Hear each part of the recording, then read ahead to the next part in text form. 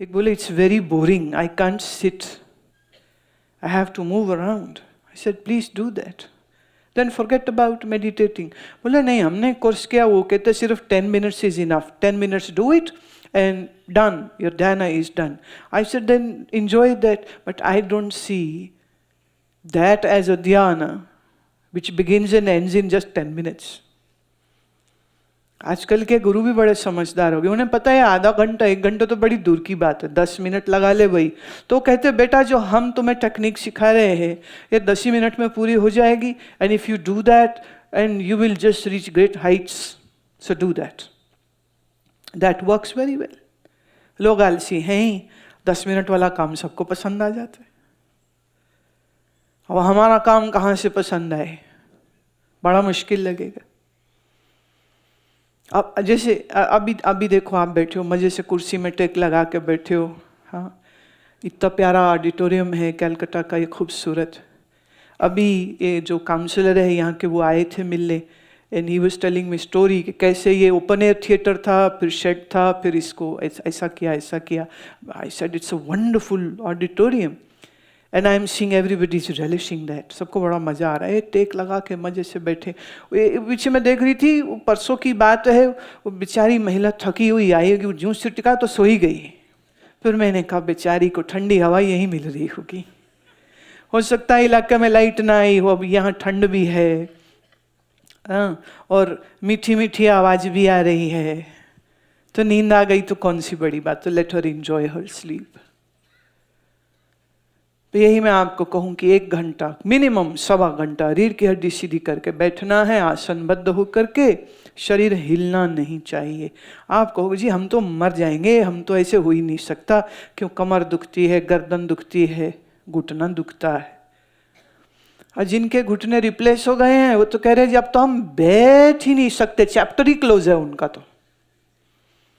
और फिर कहते हम कुर्सी में बैठ के कर रहे हैं, इट इज ओके। मैं हाँ ओके, अब मैं और क्या कह सकती हूँ कि it is not okay, I can not say that. I have to console you and I have to give you that what you want, that is consolation, I give that. खुश रहिए। पर अभ्यास के समय में शरीर एक पिरामिड की तरह होना चाहिए, नीचे से ब्रॉड, ऊपर से जाके नैरो एट द टॉप। तो पद्मासन आइडियल, सिद्धासन आइडियल, और जो ये दोनों ना कर सके तो फिर अर्ध पद्मासन। रीढ़ की हड्डी आपकी जो है तो best possible in 90 degree angle रहे, कंधे आंखें हिले नहीं। आपको एक छोटा सा एक्सपेरिमेंट आप अभी के अभी कर सकते हैं। जब हम आंख खुली रखते हैं तो हमारी आंख की पुतली लगातार हिलती रहती, left to right, left to right, it's watching, right. तुम अगर अपनी आंख की पुतली को एक जगह ठहरा दो और उसे हिलने न दो वहां से। अभी आप मेरी ओर देख रहे हैं तो आप मेरी ओर देखते हुए ही चेहरे पे, सिर में, माथे में, आंख में, नाक में, मेरे किसी भी एक पॉइंट पर आप देखें और पुतली को वहीं ठहरा दें। ऐसा करते ही ऑटोमेटिकली आपका श्वास गहरे होने लग जाएगा, ऑटोमेटिकली, और मन के विचारों की दौड़ कम होने लग जाएगी सहजता से। त्राटक ध्यान एक हम कराते हैं जिसमें मोमबत्ती की लौ पर या आपके जो इष्ट हैं, जो गुरु हैं, उनके चित्र पर या दीवार में कोई एक बिंदु लगा के या कोई फूल सामने रख के आई लेवल पर और बैठ जाएं सामने और आंख की पुतली उस पर टिका दें। लेफ्ट राइट कुछ नहीं देखना, बस एक ही पॉइंट को देखना। तो आप अनुभव करेंगे कि आंख की पुतली को ठहराते ही मन भी ठहरना शुरू हो जाएगा। तो जब आप अपने शरीर को आसनबद्ध करके बैठा देंगे और शरीर में मूवमेंट ना हो रहे, कोई ना होए। पहले पहले समझ नहीं लगेगी, पर ज्यों ज्यों बैठेंगे तो पता चलेगा। पेट में, पीठ में, बाह में, श्वास लेने पर, चेस्ट में, स्टमक में लेटरल मूवमेंट्स हो रही हैं शरीर में। तो अब वो सब हरकतों की ओर ध्यान जाएगा तो श्वास और गहरी और सहज और शांत और गहरी और सहज और शांत। मात्र शरीर को तुम स्थिर बैठाने का अभ्यास रोज करने लग जाओ, भले तुम 15 मिनट से शुरू हो या 20 minute. Just sit down and don't move, don't allow any movement in your body. बिल्कुल शरीर टिक जाए, बिल्कुल शरीर मूर्ति की तरह ठहर जाए। ये आप 6 महीने तक लगातार अगर करने लग गए तो आप उसका चमत्कारिक परिणाम देखेंगे कि कैसे आपके मन को वो प्रभावित करेगा। आपका आसन ही, पर रोज बैठे और फिक्स टाइम, एक ही समय, रोज, विदाउट एनी चेंज। रोज रोज करते हुए श्री कृष्ण गीता में ये श्लोक दिया और भगवान 6 अध्याय का ये 12वां श्लोक है। भगवान कहते हैं, तत्रेकाग्रं मनः कृत्वा यत चित्तेन्द्रियाक्रियः उपविश्यासने युञ्ज्यो याद्योगमात्मा विशुद्धये। आसन पर बैठकर चित्त और इंद्रिय की सब क्रियाओं को वश में रखते हुए आत्म विशुद्ध, ये अंतःकरण की शुद्धि के लिए योग का, योगम युज्यात, योग का ये अभ्यास करना चाहिए। एक ही श्लोक ये बात कह रहा है जो मैंने अभी आपको कही। अब शरीर अक्रिय, इंद्रिय अक्रिय, मन अक्रिय होने लग जाएगा तो ऐसे में मन की दौड़ रुक जाएगी, और मन के दौड़ का रुक जाना ये आपके ध्यान की पहली झलक होगी। अब हम बिना हिले डुले शरीर को इतना लंबा समय बैठा सकें, उसके लिए शरीर में भी बल चाहिए। तो मांसपेशियों में बल चाहिए, आपका स्पाइन, बैक मसल्स स्ट्रॉन्ग चाहिए, शरीर में कोई दर्द नहीं होए, कोई पीड़ा नहीं। अब पेट में दर्द हो रही है तो कैसे कैसे बैठेंगे? गर्दन दुख रहा है, कैसे बैठेंगे? तो शरीर को रोग रहित रखना यह हमारी पहली जिम्मेदारी है। वात पित्त कफ नियंत्रण में रहना चाहिए, उसी के लिए आहार को ठीक रखना आवश्यक है। आहार ठीक, आसनों का अभ्यास रोज, तो शरीर का बल बढ़ता है।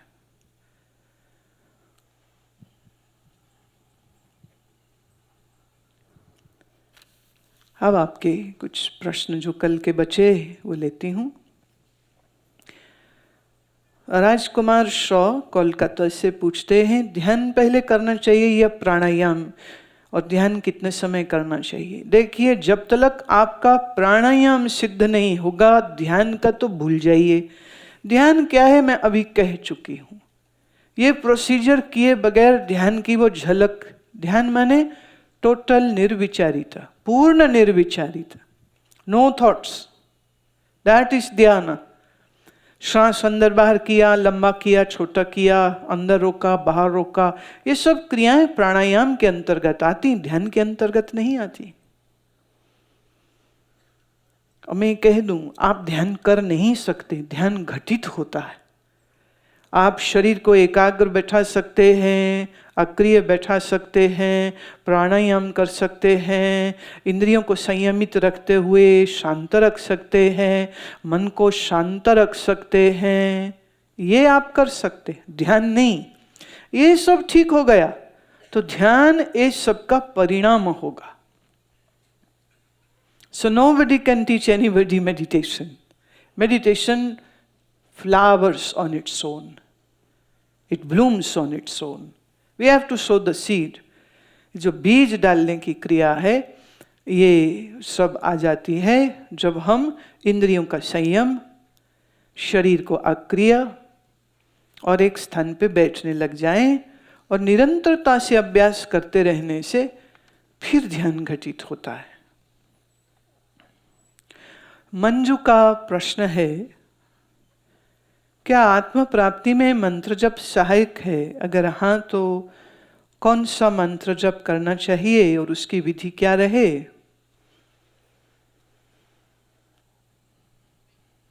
और आत्म प्राप्ति के लिए किस मंत्र की साधना हो?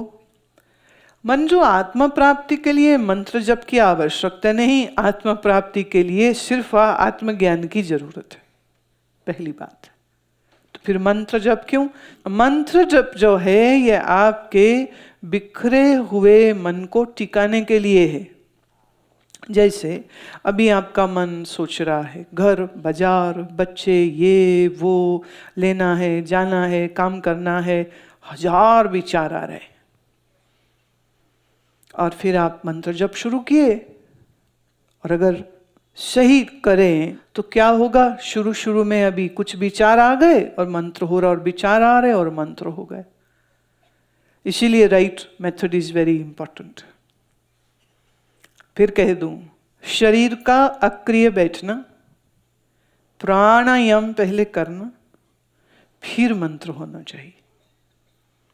अब मंत्र आप कर भी रहे हैं, लेकिन वासना, लोभ और क्रोध के कारण कुछ कुछ विचार अभी भी आते ही रहेंगे। तो जब तक ये बाहर के विचार आ रहे हैं, अभी मन मंत्र से एक नहीं हुआ, मन एकाग्र नहीं है।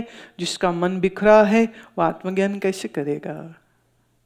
मन की स्थिति आत्मज्ञान हेतु कही गई कि मन एकदम समावस्था में होना चाहिए, न राग न द्वेष, न लोभ न क्रोध, ये नहीं हुए। ये अगर है तो मन अशुद्ध है। तो मंत्र जब हम करते हैं मन की शुद्धि के लिए, मन की एकाग्रता के लिए,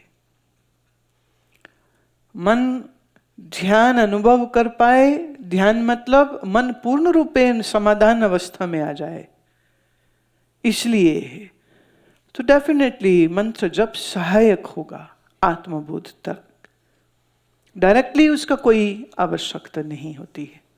जैसे मैं उदाहरण लेती हूँ, अब जब अर्जुन ने प्रश्न किए कि आत्मा क्या है, जीव क्या है, तो भगवान ने उसको ये तो नहीं कहा कि चल बेटा पहले मैं मंत्र देता हूँ, जाके 2-4 साल तू मंत्र जप कर, मंत्र सिद्ध कर, फिर तू आइयो, फिर मैं तुम्हें ज्ञान दूंगा। क्यों? पहली बात, अर्जुन का मन पहले से शुद्ध है, उसका मन पहले से शुद्ध है, इसीलिए भगवान उसे किसी मंत्र जप के लिए उस समय आग्रह नहीं कर रहे, इसलिए सीधे सीधे ज्ञान दिया। पर जिसका मन बिखरा है, अशुद्ध है, उसके लिए मंत्र जप का बहुत उपयोग होता है।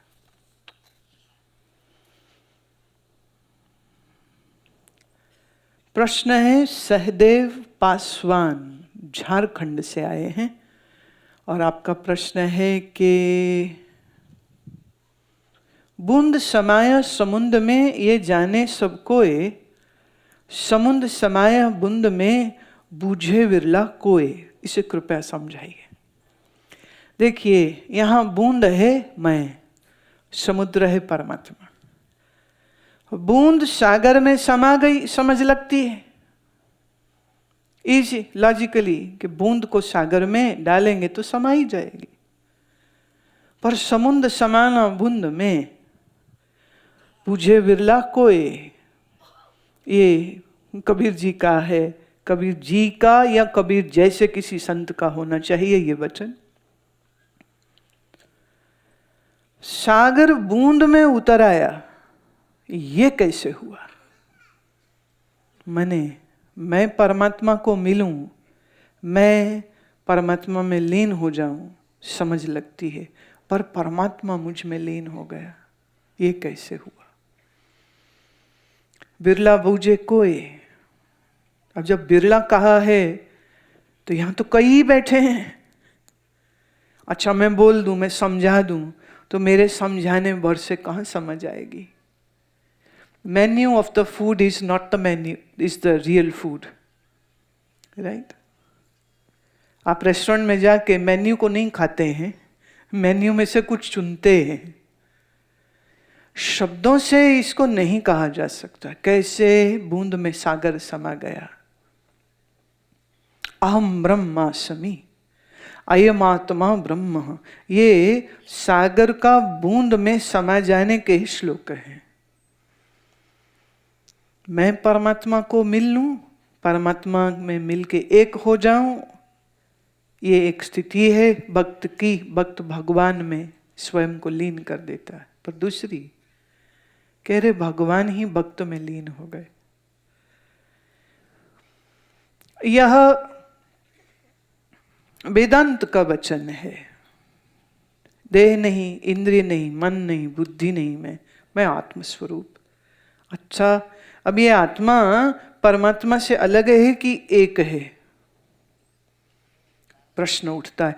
आत्मा से परमात्मा कितना दूर है? 2 इंच, 2 मीटर, 2 किलोमीटर के 4 मील के करोड़ मील?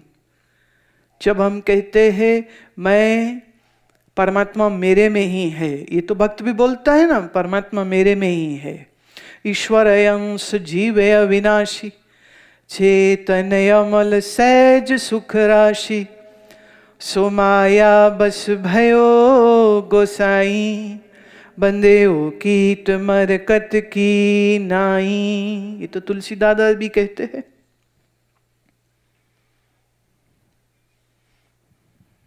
हमने तुलसी को भी दादा बोल दिया। क्या करे भाई, बंगाल का असर आ गया। तुलसी बाबा बोलते हैं यूपी में, हमने तुलसी दादा बोल दिया, क्योंकि बांग्ला में तो दादा ही बोलते हैं। जीव और ईश्वर दोनों चेतन है, जीव सुख राशि है, पर वो माया के वशीभूत हो गया, इसलिए भटक रहा है। अब मैं इसमें एक प्रश्न लाती हूं। जीव ईश्वर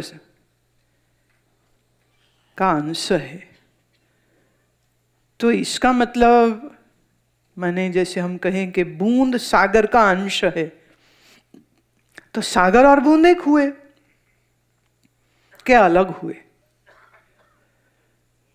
एक हुए। पर सागर में तो हाथी नहा ले, बूंद में तो आदमी ना नहा सकेगा।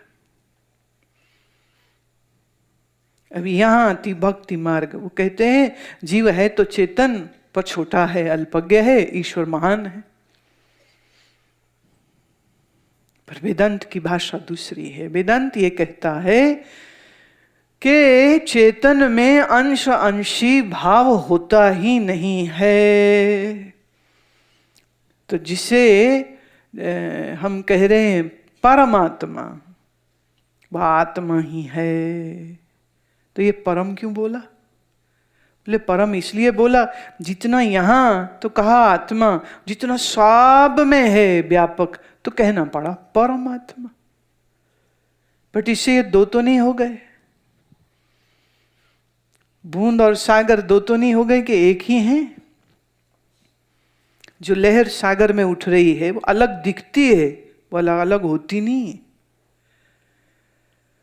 सागर में ज्वार भाटा, ये बड़ी लहर गई 100 फुट तक ऊपर, तो भी वो सागर ही है, और लहर छोटी सी हो तो भी वो सागर ही है। तो भेद अज्ञान से दिखता है, अथवा कोई तो भेद है नहीं, पर जिससे भेद दिखता है, मैं अलग परमात्मा अलग दिखता है, वो कहते कैसे समझेगा, नहीं समझ पाएगा। तो बूंद ने जो अपनी एक लिमिट बना रखी है कि मैं इतनी सी लिमिट में हूं, वो लिमिट को जब ज्ञान से विलीन कर देवे तो फिर बूंद ही सागर है। हमने कहा मैं हूं, तो ये शरीर, ये इंद्री, ये मेरी सीमा, मेरी परिधि, मेरी लिमिट है। तो इसी से हमने कहा ना, ये मैं और वो अलग और ये मैं अलग। पर इस देह इंद्रिय मन बुद्धि की परिधि को अगर मैंने मिटा दिया, तो फिर मैं और तुम में क्या भेद? फिर मेरे और तुम में, देखो छोटी सी बात, इसको आप यूँ समझिए। अभी एक हवा वो है जो आपके फेफड़े में गई, सांस अंदर भरी तो, और एक है हवा बाहर। अब बाहर वाली हवा और फेफड़े वाली हवा दो है कि एक? बोलो ना, एक ही है। पर फिर भी जब बाहर हवा तेज चले तो पेड़ भी उखड़ जाता है। अच्छा, तुम कितनी भी जोर से सांस ले लो, अंदर फेफड़ा नहीं उखड़ने वाला। हवा तो हवा है, पर एक हवा में इतना बल, एक हवा में कुछ भी नहीं, तो भी हवा तो एक ही है। अंदर और बाहर का भेद एक काल्पनिक सीमा से दिखता है। ऐसे समझो, हमने मिट्टी का घड़ा लिया और उसको पानी में डुबो दिया, तो जल घड़े के अंदर भी, जल घड़े के बाहर भी, और घड़े में जो छिद्र है उसके अंदर भी तो जल ही जल है। तो हम, हाँ, जब तक घड़ा बाहर था तो हम कह सकते हैं कि घड़े का पानी अलग और नदी का पानी अलग, पर नदी में घड़े को डुबो दिया तो अब अंदर क्या और बाहर क्या? फिर कुछ भी नहीं। ये मैं हूं और मेरे से बाहर परमात्मा है। अरे भाई, बीच में कुछ नहीं है? तो बीच में भी है। बीच में कौन है? बोले बीच में भी वही है। अच्छा, मुझ में भी वही है, तुझ में भी वही है। तो फिर ये मैं और तू की जो लेबलिंग हो गई, ये कहां से आ गई? ये अज्ञान से आई, ये कल्पना से आई है, ये भूल से आई है, ये अविद्या से आई है। पर बिरला बूझे कोई, ये हर आदमी निश्चित नहीं समझ पाएगा, क्योंकि ये बुद्धि के तल से समझने का विषय नहीं है। ये जैसे मैंने कहा ना, घड़े को नदी में डुबो दो, फिर अंदर बाहर एक। ऐसे ही ध्यान समाधि में जब ये चित्त को डुबो दिया तो फिर अंदर अलग और आत्मा और परमात्मा बाहर अलग, ये जो भेद है ये रियलिस्टिकली वहीं जाके खत्म होगा, नॉट बिफोर दैट। भक्त इसको कहता है भाव समाधि। भक्त भगवान की भक्ति करता है, भगवान अलग भक्त अलग। भक्त पकड़ते भक्ति करता है, हाँ? करते करते करते प्रीति इतनी गाढ़ी हो जाती है उसकी। एक समय ऐसा आएगा, भागवत उसे कहती है सारूप्य मोक्ष। जो रूप कृष्ण का वही रूप तेरा हो जाता है, कोई भेद ही नहीं, दो नहीं रह गए।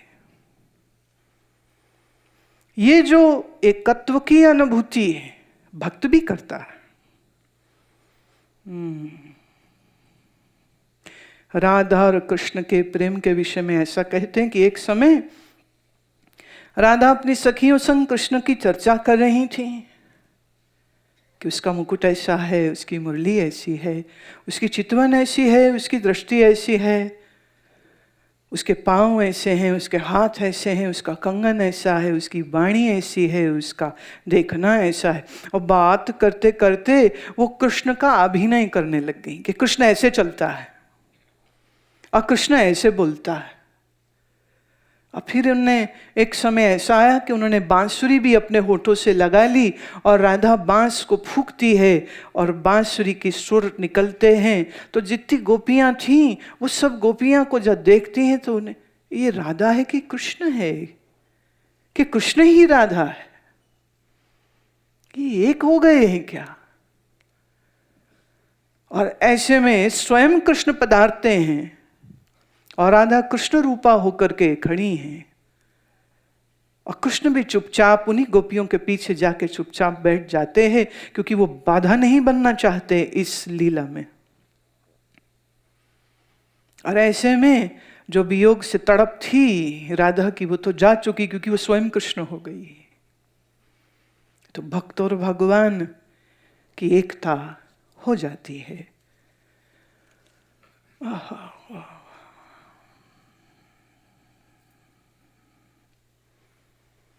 इसे मैं दूसरी तरह भी कहती हूँ, जो शिष्य अपने गुरु से अभिन्न प्रेम करे, एक समय ऐसा आएगा शिष्य और गुरु की एकता हो जाएगी। शिष्य के मुख से शब्द निकलेंगे पर वो होंगे गुरु के,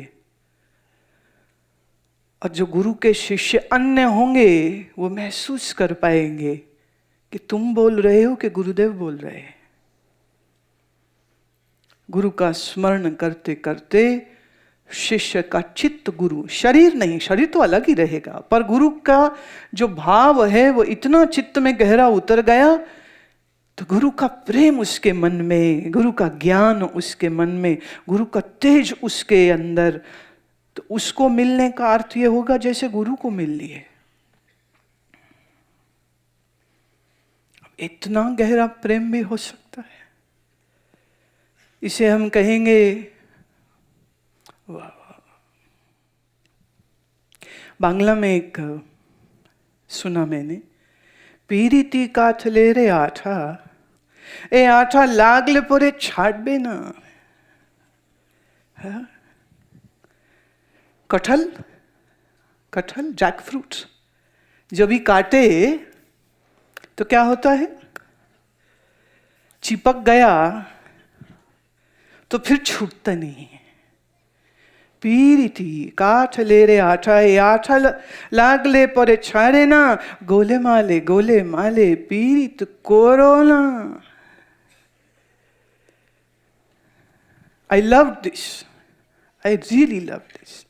बोले ऐसे ही प्यार मत कर लो, कहीं ऐसे ही जल्दबाजी में प्यार मत कर लो।